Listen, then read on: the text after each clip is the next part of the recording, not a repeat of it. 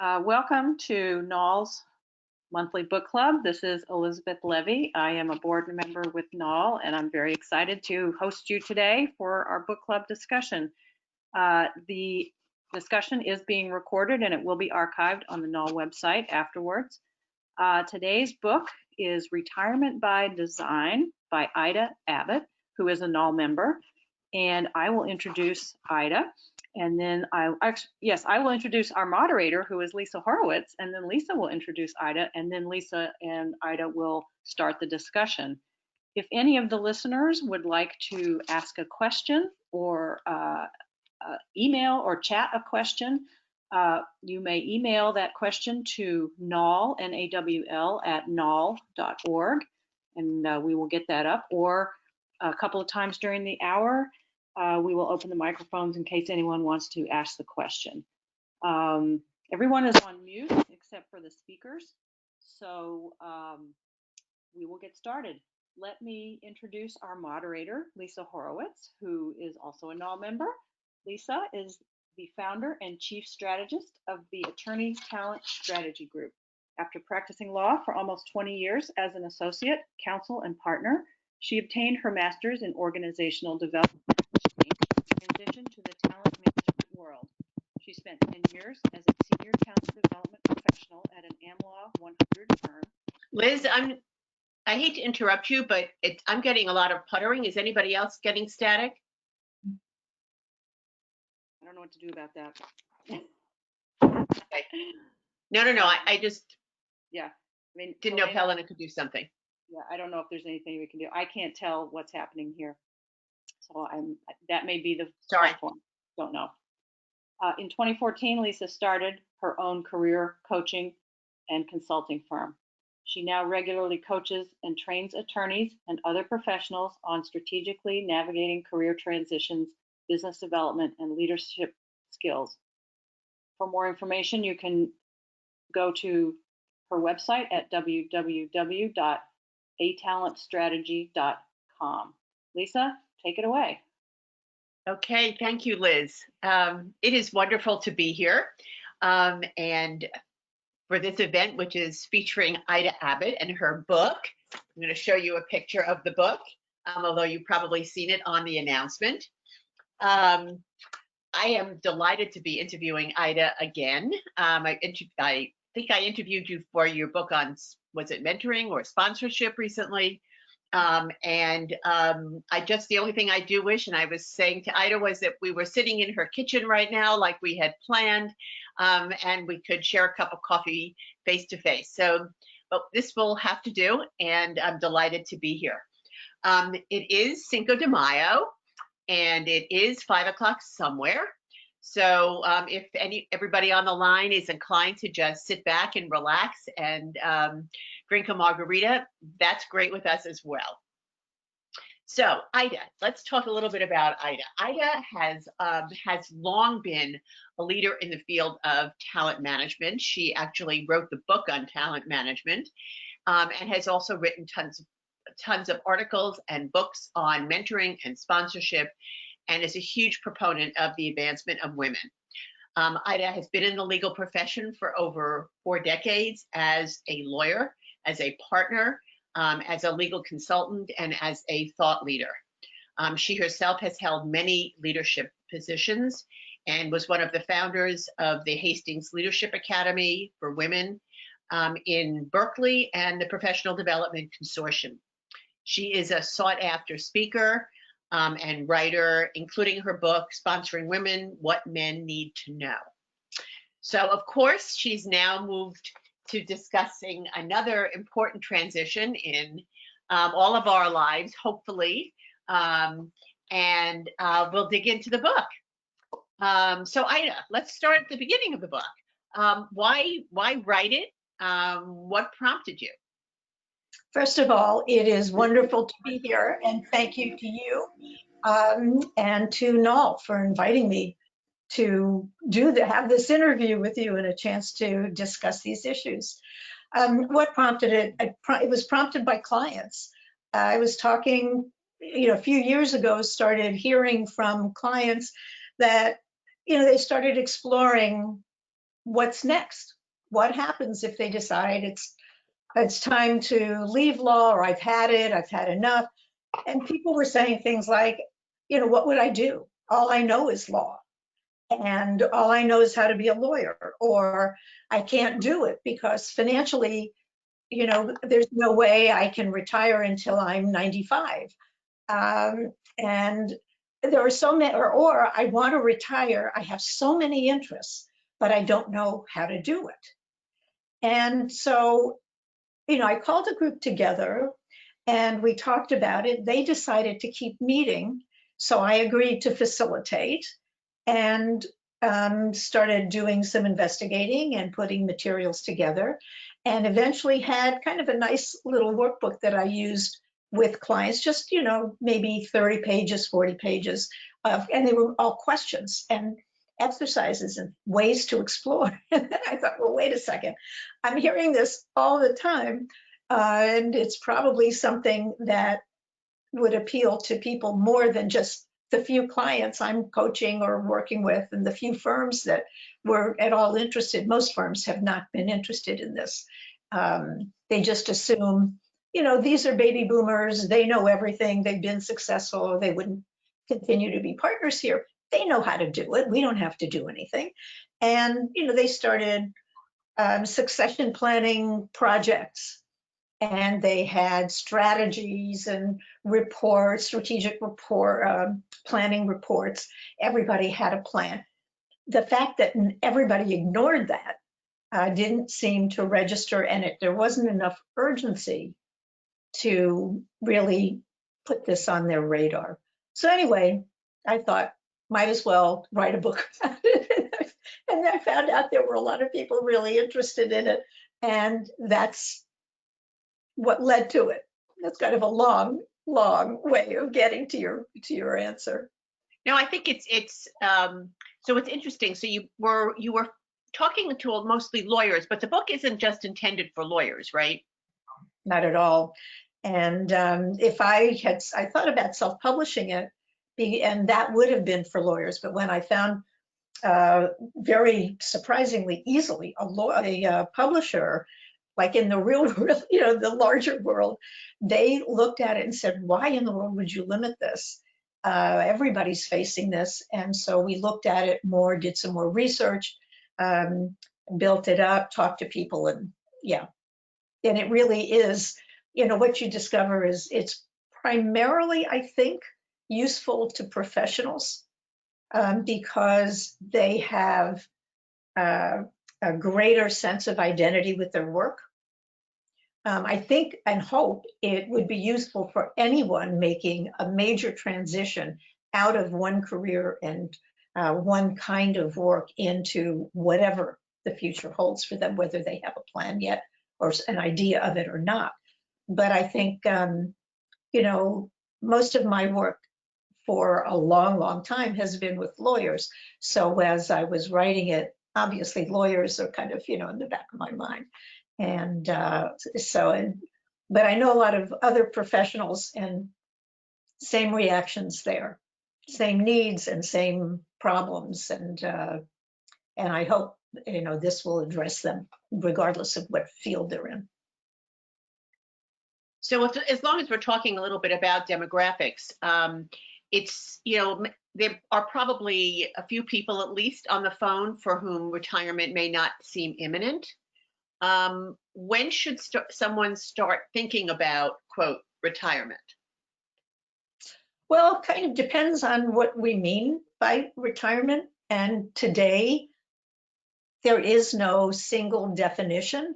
My favorite is not a definition, but a term that in Spanish, I learned along the way that retirement is referred to as jubilación, jubilation, a sense of joy and freedom. And I think one of the hallmarks of retiring into something new is the idea that now the major work you've done, maybe if not behind you, at least a certain part of it is. And now you can get to the things you really love and you want to do. There are, how many lawyers do we know who really love what they do retirement may be irrelevant to them. And I've worked, I'm sure all of us that, know lawyers I know who literally died at their desks in their 90s and were still doing great work. Their clients love them. If you're healthy mentally and physically, and you can deal with it, you have the stamina and the energy, and you love it, that's one thing. And I'm not saying everybody has to leave that, but if you're working because you don't know what else to do, you're coming into the office every day because you don't want to be at home, you're afraid of what may face you at home. There are a lot of people who are working to escape from other things. And if it's simply a lack of imagination, you haven't had a chance, or you haven't had any encouragement to think about other things that may have meaning in your life, having the opportunity to do that is a gift. And if you've been a professional for a very long time, and that can be, 20 years, 30 years, 40 or more, then presumably you're at a point in your life where you can make those decisions. What that point is, who knows? There are people I know who are in their 40s and are planning to retire, and they're doing long-term planning, figuring 55, 60, but they're not planning to stay home or go to the golf course every day, or just watch Netflix all day long. We've all had our own practice sessions with that over the last few weeks, so we know a lot more of us know many of the things we don't want to be doing or limited from doing.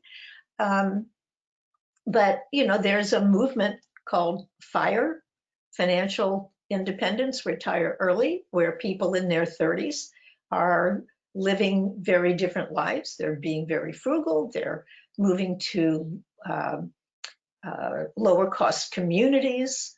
They're riding bikes instead of driving cars. They're doing a lot of things to save so that they can live a more independent life without having to worry about a job. They invest their money in income producing assets so that they can afford to live that way for a long time, but they cut their expenses so that their needs are much lower. So, those are young people who are thinking very long term. So, if that's where you are, I was surprised. I think I may have mentioned this to you, Lisa, that I just had an article published about the importance of networking for retirement. And it was published by on a blog, or I think it was a blog post called, or a website called Gen 20. And these are 20-year-olds who are interested in this.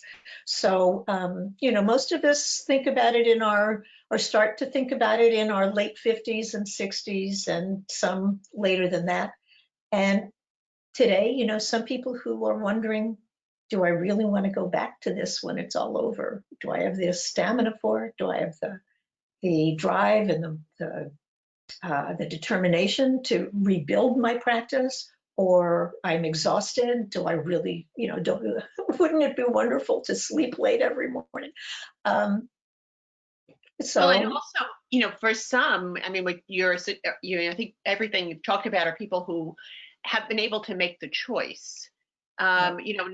There has been plenty of de-equitizing and people being asked to leave firms and organizations at a certain age. And there isn't really the choice as to whether or not you're going to need to, quote, retire. And presumably, if you start thinking about how you would like to retire, you'll be able to do it on your own terms, both by choice and both in the event that it's someone else has decided for you. You bet.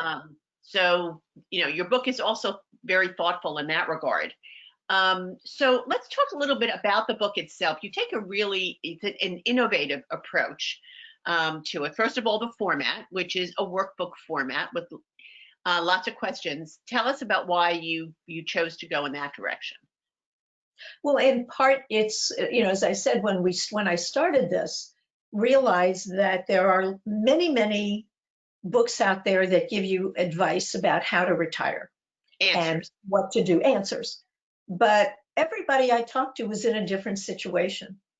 And, you do any coaching, you do a lot of coaching. I'm sure people on the call do coaching. Any manager, who knows about coaching knows that the power lies in asking questions that get somebody to think more deeply about answers that they already have inside them. And to me, that was much more useful because what I've learned, over my career is that it's not the answers. Because if I have great answers, but I'm asked, but they aren't answering the questions you have, what good are they? So the whole point is I call it a self-coaching workbook, but I encourage everybody not to do it entirely alone. You can answer the questions, you can do the exercises. I know it's available as an ebook, but I think if you buy it as an ebook, you have to kind of download a lot of the pages or just sit there with a legal pad or something to do some of the exercises. I like the idea of it being a workbook so that you can just write in it as you go. And at the same time, as privately as you want to keep the answers, many of the answers, or you want to think about them. If you think too much about them and you ruminate deeply, you can really make yourself crazy. You don't necessarily get anywhere.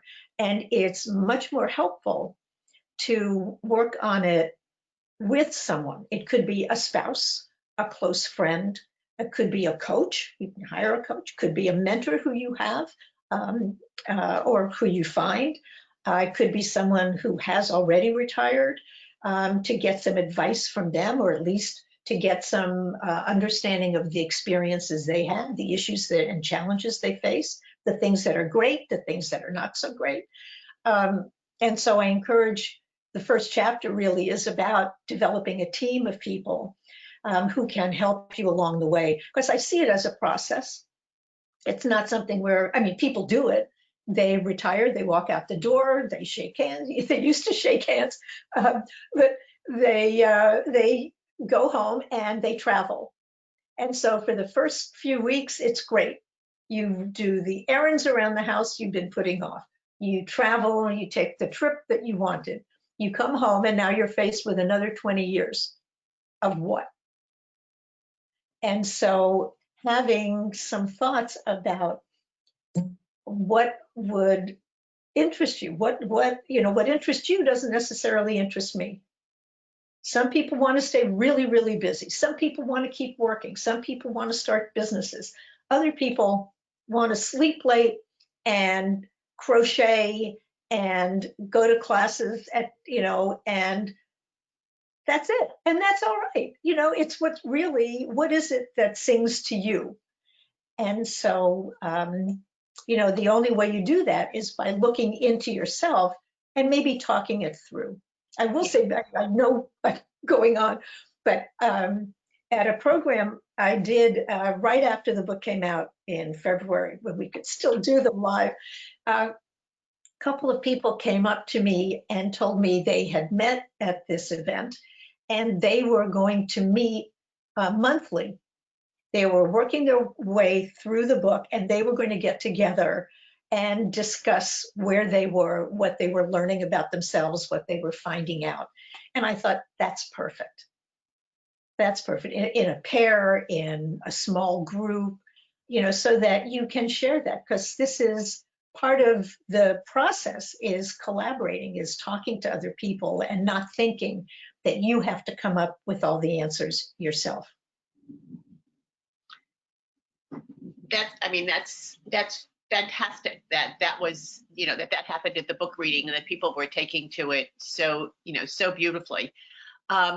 So what you've really been talking about a little bit is what is reflected in the title of your book, which is Retirement by Design. And it's a design thinking process. And, I would like to get a little bit granular with the chapters in your book in going through this, but very briefly, generally, just tell the group, in case they're not familiar with it, generally what is design thinking, what was its origins, and, why is it so valuable here? And then, we'll go through the various elements of it and how your book helps you, have basically tackle the various elements. Well, the concept of design thinking came out of product design, and then was adapted at Stanford as an undergraduate course that called something like Designing Your Life or whatever, and it became a hugely popular undergraduate course. Because And- surprise, surprise, the Stanford seniors had no idea what they wanted to do with the rest of their lives, right?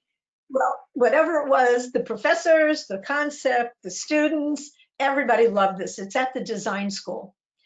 And and IDEO also, this is a product design company, was getting more and more into services and activities and other aspects. So the principles were being applied more broadly. And I came across them in the work I was doing in talent management, with law firms. And so as we did that, I realized these principles applied just as much to retirement or any other kind of process where you were trying to create something or be innovative or develop a new approach, a new technique. And so that's where it came from. The principles, there are basically 5 principles, and the way it's distinguished from something that we are more familiar with, when we sit down to do planning as lawyers, usually the way we're taught or the way we do it is to come up with, you state the issue and you say, well, this is where I want to get, and it's whether, I want a promotion or I want to solve this problem for my client. And then these are the steps I have to follow in order to get there. So it's kind of linear, and it's focused on the outcome that we've already predetermined. And I mean, when we're talking about retirement, that's kind of open-ended. And that can change in a minute. It can, look at what's happened to us in the last few weeks in terms of our plans and in terms of uncertainty and recognizing how uncertain everything in life is. And so the idea with design thinking is to start differently. It's to assume you don't know what the outcome is. You don't know what the best design is going to be. You start with yourself. Well, in product design, you start, it's called empathy, the first step. And it's trying to figure out where the user, the end user, is and what their needs are and what would be the best solution for them. So in this case, the end user is you. And you start out with, I like the idea of self-empathy for a lot of reasons, because we tend to be very hard on ourselves as lawyers. And certainly women tend to be extremely hard on ourselves in general. And so the idea is to understand that first. And what would be meaningful? What do you think right now would be a great outcome? And then you move to another stage, which is kind of defining, coming up with possible scenarios. You want to stop, okay. Let me hold you there for 1 minute, okay? Yep.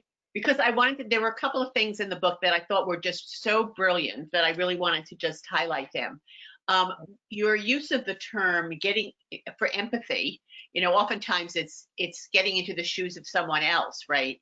But instead, the way you have talked about it, it's getting into the shoes of your future self. And I love the way, the picture that creates around the self-awareness part of it.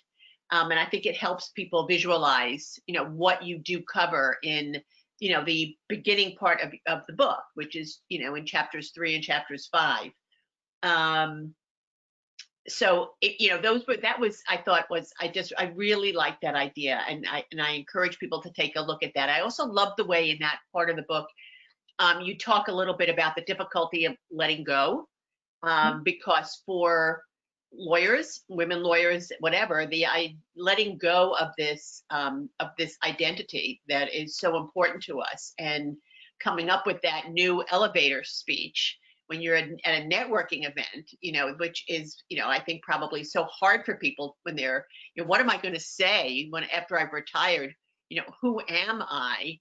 The way you talk about making that a very new and positive kind of statement, and the way you address that in the book, I think is really, really valuable. And the visual of anchors that are keeping you where you are. I think Ermina Ibarra has written a wonderful article about that, which but then you add to that the fact that you've got these balloons that can help to lift you, and filling in what that might look like. The tools that you provide in the first couple of chapters around this self-awareness are so important. I think that people on the phone who look at the book will find that to be really, really relevant. So step one in this designing your retirement, as you say, is around the self-awareness. And then we go into the next aspect, which you were starting to say is the ideation and visioning, and run with it. Well, first of all, I want to emphasize that going from one stage to another, Right. it doesn't have to be a linear process. That's the beauty of this, Right. for me anyway. If you tend to be a linear thinker, there are options. I give options so that if you want to go in that direction, great. But to give your mind a little more freedom to think about things, try things out. These are stages that you can be doing, simultaneously. Mm-hmm. And you can come back and you try something, you say, oh, that doesn't work after all, and you go right back. And it's not failure, it's not a setback, it's part of the process. So it's a much more fluid and dynamic way of approaching any kind of problem solving, but especially when you've got something as big and potentially, long as, what you're going to do next. So, yeah, I mean, we start out with the empathy, and part of that is also a stage called definition, where you start looking at, it's partly what's holding you back and what are the mental images. What do you think about, what does retirement mean to you? Do you see it as, jubilación, an opportunity, or do you see it as something that's negative? It means, withdrawal, obsolescence, kind of, if it's all negatives, why in the world would you do it? And so you stay stuck. And so you start challenging the assumptions that you might have and trying to figure out something positive. What would be a good retirement for me? And then the ideation part is brainstorming, basically. And there are a lot of ways to do it. And I encourage, I would think 3M or some of these Post-it manufacturers would want to promote this book, because I promote a lot of use of, Post-its and moving things around and changing things when they need to be changed. But, what are some of the possibilities? And during this process, I hope people start thinking about, what was it I always wanted to do and kept putting off? Or I promised myself I was going to learn how to play the piano, and I still haven't done it, and now I'm 55 years old. Or the things that you loved. I used to play the piano all the time. Now I don't have time. I'd like to brush up. I'd like to go back to that. Or things that you really have not enjoyed for such a long time that you'd like to get rid of. How could you build a life that keeps the stuff you want to do and that you enjoy doing and dumps that? It just takes too much out of you. Why keep doing it if you don't have to? And then you say, but I have to. And then you start, well, why do you think you have to? Isn't there a way we can change this? And then the next step is to start putting together it's called prototyping in the technical lingo, but it's basically put together a couple of plans and then start investigating. Make some phone calls, find out somebody who's doing it. I had a talk with somebody recently who was a regulatory lawyer and did a lot of work on construction projects. It was a very specialized niche, and he was concerned because he probably was going to have to retire because of the way his practice was going. And he had a window of a couple of years, but he knew it was probably going to happen. And as we talked about it, he said he has all this expertise, but he doesn't feel that he can be a lawyer on his own. Anyway, he started calling the project managers, the contractors, the builders that he worked with on other projects. And the idea was to see how he could create a practice that provided assistance to them using what he knew as a lawyer, but not necessarily representing them as a lawyer. So going back, and that's why networking is a big part of this, going back and realizing a lot of people who do a lot of interesting things. Unless you've been working with only one client on one matter for 30 years, you probably know a lot more people than you think. And so starting to explore and make those calls, and what better time than now when everybody's stuck and you know where to find people, than to start reaching out and just asking some questions and not going in. This is the hard part for lawyers. You're not going in as an expert. You're going in to learn. And the questions you're asking sometimes might be very basic, like, what do you do? But that's how you learn and how you start piecing it together. And it's really fun. And then as you try them out, you see what's working, what's not. It might take a little time. It might take a long time. But the beautiful thing is, this is the time to experiment and to test your assumptions and to test your plans, and then eventually come up with what looks like it's going to be a great life for you. So more of, instead of retirement, it's a rebirth. In a way, yeah. Every book has rebirth, rejuvenate, rewire, recharge. All the books on retirement, that's what they're all called.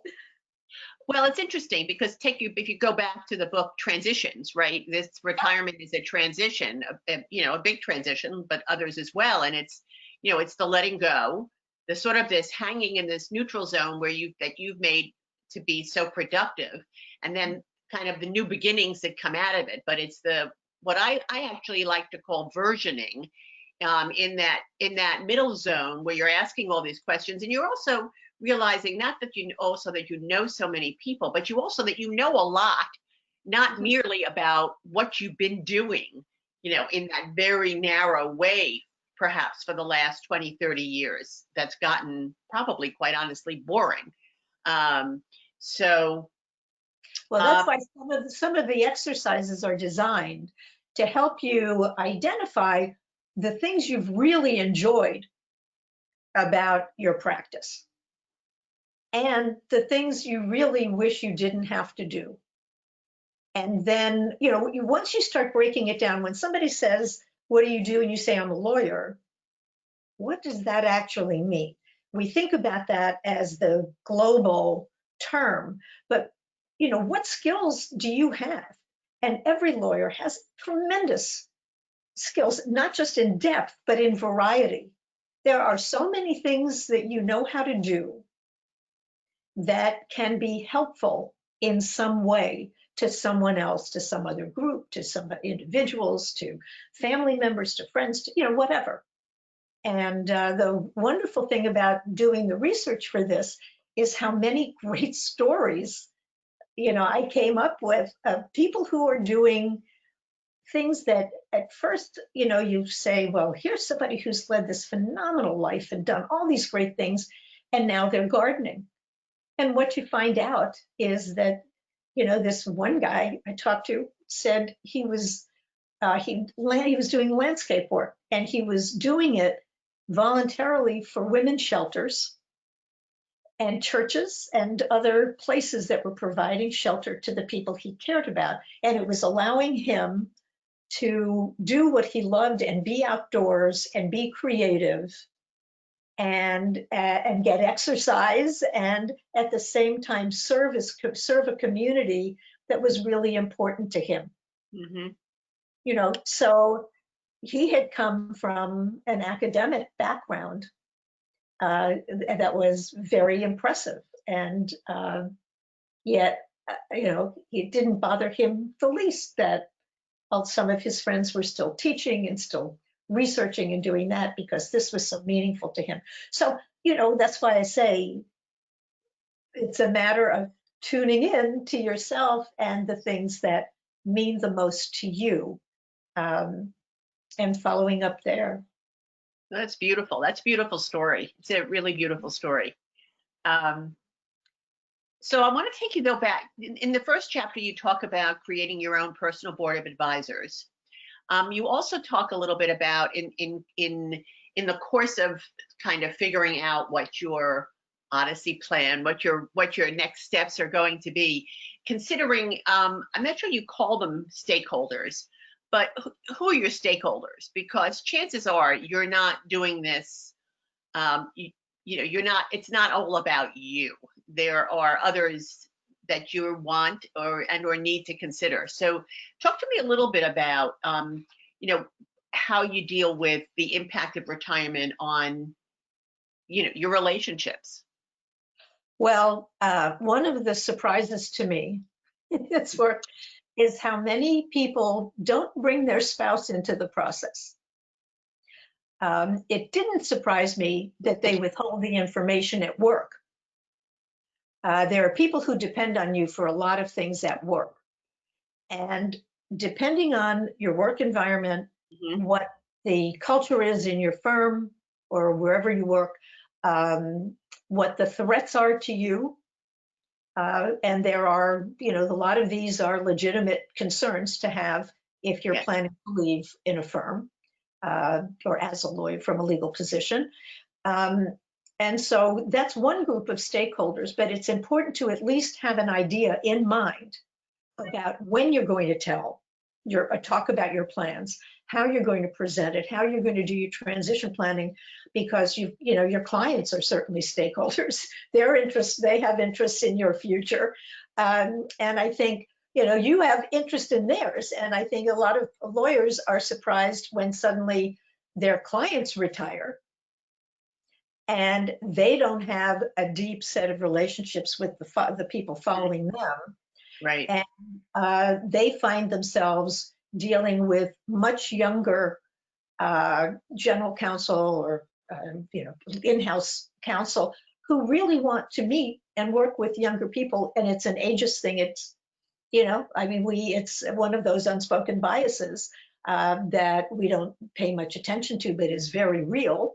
And so recognizing that it's important to start doing your transition planning internally, so that you have successors to take over relationships when you leave, but to also guarantee that you've got somebody if your client leaves, so that you can continue to practice if that's what you want. You can continue the relationship with a company.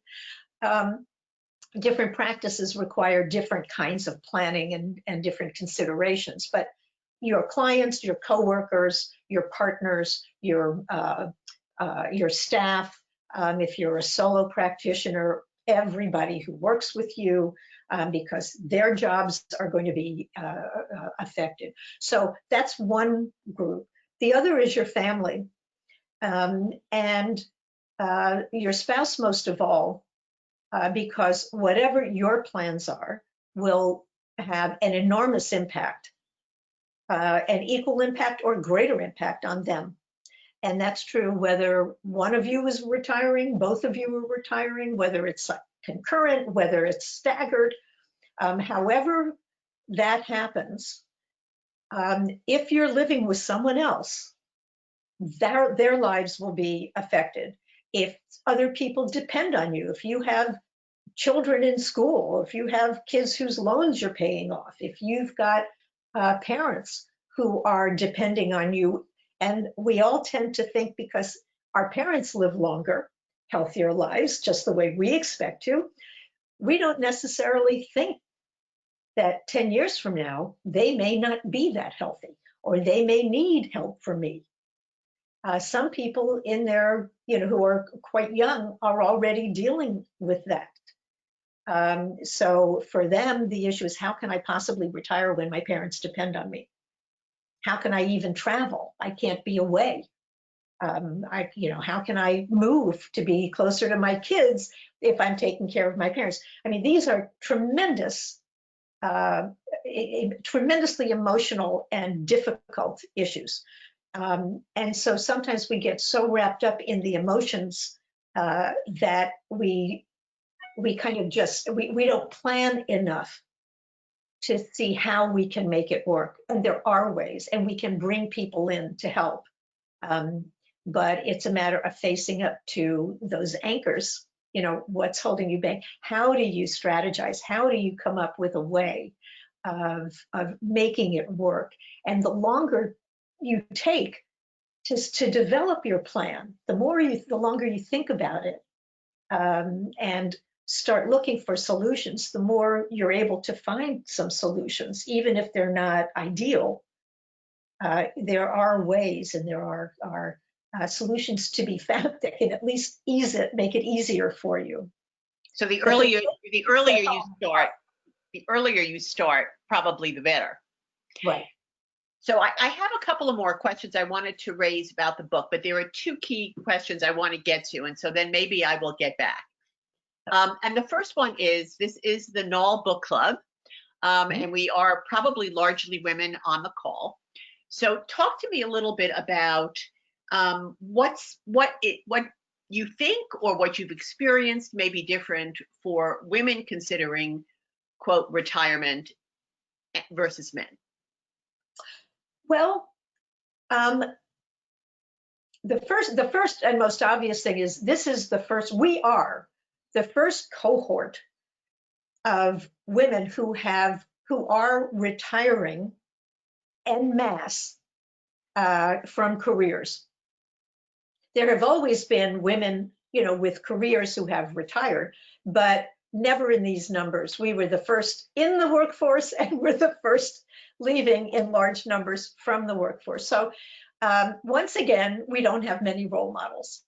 The thing is, given the changes today, how much longer people are living, the fact that people are living healthier lives, not just longer, more years, and that they're more productive and active for longer, means that there are new challenges out there for men as well.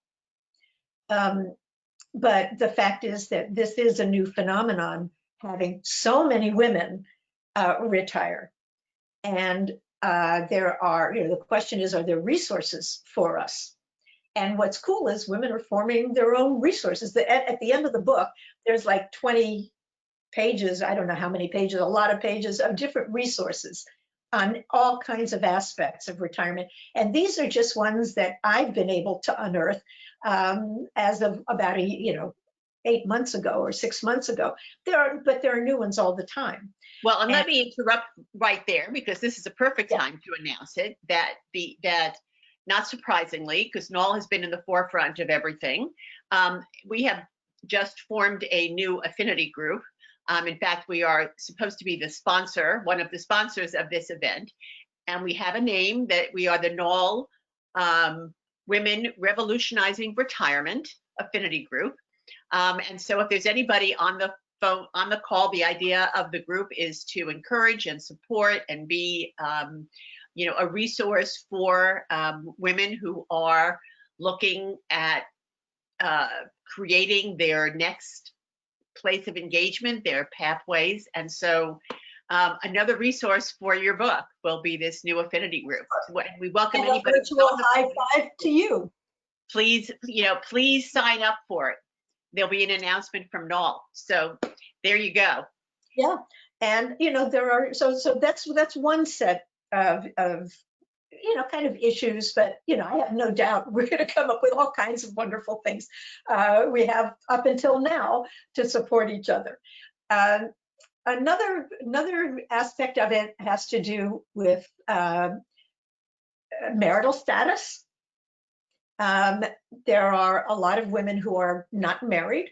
They're either never married or they are widowed or divorced. And one of the big issues in this age group is what they call gray divorce. And I talk a lot about that, actually, because people don't realize when we talk about retirement as very stressful, one of the major stresses is that suddenly, like I say, this quarantine period is kind of helping people practice for this.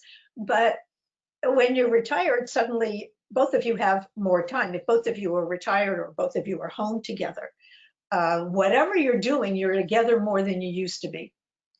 And how are you going to adjust? How does that work? There are a lot of reasons, but the divorce rate for people over 60 is the highest of any age group. And some of that is because a lot of people put off divorce till the kids are grown, or a lot of people have financial worries and problems that are more acute when they reach that age, and they suddenly fight more and pull apart. And sometimes they're just together more and they realize they never had much in common to begin with, or they don't like each other, or they, one has wanderlust and the other one doesn't. What's interesting to me is that the women I've been working with have as many different issues as they have different families and worlds. I've worked with women whose husbands want them to retire because the husband retired and they want to go off and everything, and they want their wives retired and the wife wants to keep working. I've had worked with women who are the primary wage earner in their families, and their husbands don't want them to retire because they're worried about financial. What's it going to do to my lifestyle? I've been home taking care of the kids. We don't realize that even though it hasn't been a huge number, there are a lot of men who have been either home with the kids or taking care of supporting the wife's career in some way, or have had jobs where they've made much less money. And so, that's creating a different set of tensions. And so making sure that those things are worked out, women are having to face that from a different vantage point. Up until now, women, the generation before us, weren't financially savvy. They didn't have their own income. They were much more dependent. So this is the first time we have a lot of women who, if they've done any planning at all financially, should have a much greater sense of financial independence and professional, just personal sense of independence and strength because of that.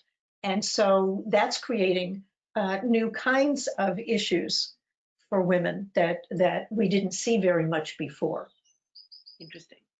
Okay, and so now the elephant in the room, which is, how do you think the current environment, you used the word urgency before, and I don't know whether that plays a role here, but how do you think this current environment is going to impact people's thoughts about retirement? Had this happened, while you were writing the book, do you think you would have included another chapter on what to do in the event of a pandemic? Right. If you could have even imagined it. Any thoughts? And, and that's, obviously none of us, really know, but you're the best at it. I don't know if I am. I don't know if anybody is right now. We have futurists making all kinds of predictions. I think it's way too early to tell, but I can see some people being more worried about finances. And by the way, my book isn't about financial planning. There are there's a couple of chapters about things to consider and how to do financial planning and how to do legal planning, and make sure your wills are taken care of, and things like that. But I encourage everybody at the outset to do some financial planning first, because you need to know where you're going to be financially in order to plan the kind of life you want. And if you really don't know, what you're doing may be totally unrealistic. So you need to have some financial planning first. And I think some people are going to be worried. So for some people, it's not that they sit down and they say this, they have numbers. For them, it doesn't matter what the number is, it's not enough. How Right. do any of us know what's enough if we're going to live another 20, 30, 40 years, some of us? So, it seems like it's never going to be enough. And so how do you work around that? How do you deal with that? Yeah. And I think, the biggest fear about retirement is that we'll outlive our savings. And so that's an early consideration to have.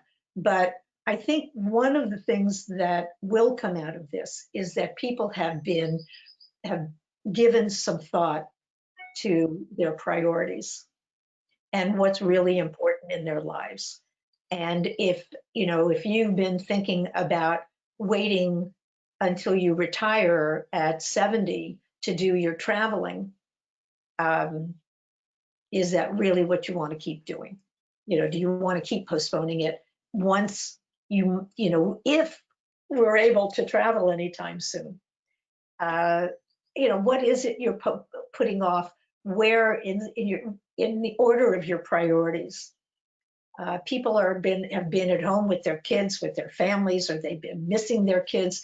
How important is that? And now, when we see so much uncertainty and so much mortality around us, what are the real important things that we want to give some priority to? And so I think as we shift that around, as people think about that, that it might lead them either to consider retirement sooner than they thought they would, or to try to shift gears into a different kind of career or a different area of activity than they might otherwise have done. So I think there might be some acceleration. Obviously, as you pointed out earlier, a lot of people will have lost their jobs. And we hear, if you read in the daily news that comes across our screens, there a lot of the focus is on associates and summer associates and younger lawyers. But I wonder, and I've talked to a few people, but nobody's really discussing this yet, and certainly not publicly. But I think there's already, for the last few years, been an effort to start culling unproductive partners, or partners that are deemed unproductive. And I think those people may be at greater risk sooner than they might have, because I think firms are going to start paying closer attention than they have in the past to succession planning, financial strategy, things like that. So we'll see. But whatever it is, I do think people are making, or if they're not making decisions, they're at least surrounded by all the stimuli you need to start putting important things and less important things into clearer perspective, and to start, All right. Ida and Lisa, I have a question. We can talk forever, but I would love to have some questions. Yes, we have a question. Can you hear me? This is Liz. Great. Okay, here's the question for Ida. You've talked about how retirement can be another act and mentioned networking. Where should someone who is considering a career transition network? Should they also engage in branding or other steps? Well, the branding comes afterward. The networking is more, I'm talking about is more exploratory. If you have a pretty good idea of what you want to do, I would start by looking at organizations where the people who do what you want to do hang out. And learning what you can and building relationships with people who are in those fields. Now, whether there are organizations that already exist or whether you start making calls to find out. The fact is, you know a lot of people. And if you don't know anybody doing exactly what you're interested in, think of somebody else who might know someone. And this is where I think informational interviewing comes in really handy. You don't have to necessarily jump in and network, go to a big, an event. But if you think about people who might be doing what you're doing, what you're thinking you might be doing, or who you think might know someone, the last question in an informational interview is always, who else do you think I should speak to? So informational interviewing in that regard can be really, really helpful and maybe a little less threatening. Mm-hmm. Other questions? We'd love to, we've got a little bit of time here, and I know I can fill it by asking Ida questions, but I'm sure that there are questions out there.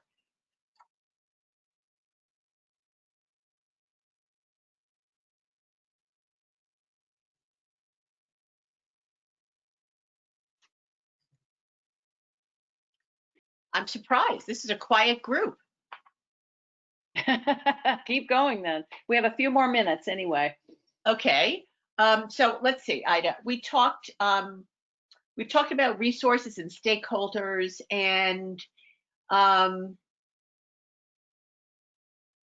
talk to me a little bit. One of the things you touched on at first was, how you typically, when you're strategic planning, it's you start with either where you are, where you want to be, but you kind of know both, and then you do your action stepping along the way, your SMART goals. In the book, you talk about some other ways to potentially help you, make the transition into retirement. And you talk about, I was intrigued by the calendaring, because I myself had started to think a little bit about, what are the buckets of things that one might want to make sure that one continues to do in retirement. They could be intellectual stimulation, social, physical, talk a little bit about that as an alternative structure. Sure. Well, if you start out with a large, if you have a wall size calendar, you could put up a big piece of butcher paper or whatever and put some grid, make it a grid like a calendar and use those Post-its. Once you have an idea of the kinds of buckets that you're describing, and there are some that are really important, you need to stay intellectually engaged. You need to stay physically active. You need to be social. You need some kind of connections. Isolation was a huge problem in this country before we were sheltering in place. It's, now I think more people are aware of it. And the relationship of isolation to dementia is shocking. Right. And so, different kinds of buckets that we need to include. And as you go through the process of identifying activities, because that's what we're talking about is activities, what is going to fill your day every day. And so if you start putting different activities that you're contemplating on these Post-its, and you start creating a schedule for yourself. You can move around. Well, Thursday, I've got too many things to do, and Monday seems kind of light. Maybe I should be doing this here and moving it here.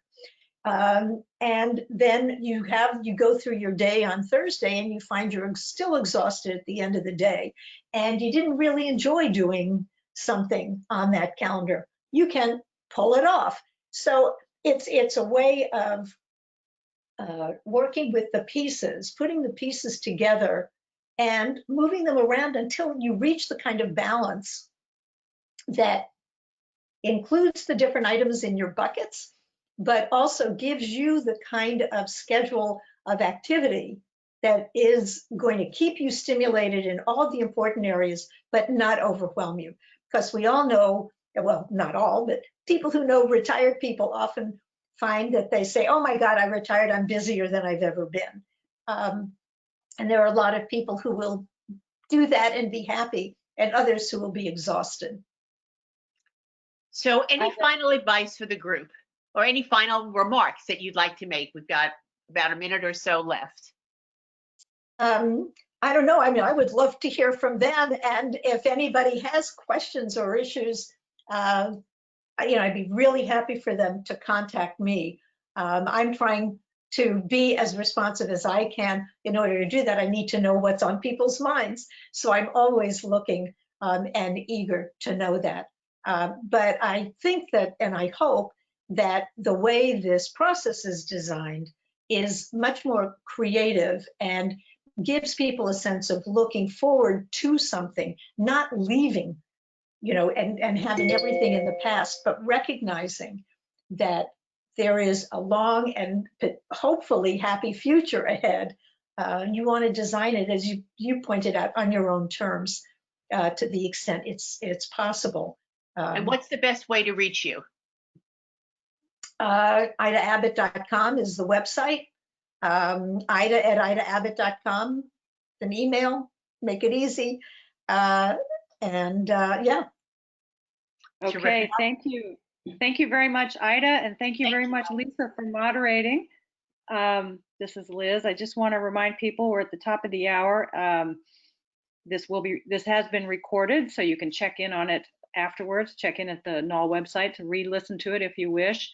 Our next book club will be June 24th, and the book is Culture Shock: Surviving 5 Generations in One Workplace by Dr. Joanna Dodd Massey. We hope you'll join us. Thank you all for joining in. Thank you, Ida, so much. It's been wonderful. Thank you, Lisa and Liz, and all. Stay well, everybody. Stay healthy, everybody. Thank you, Helena.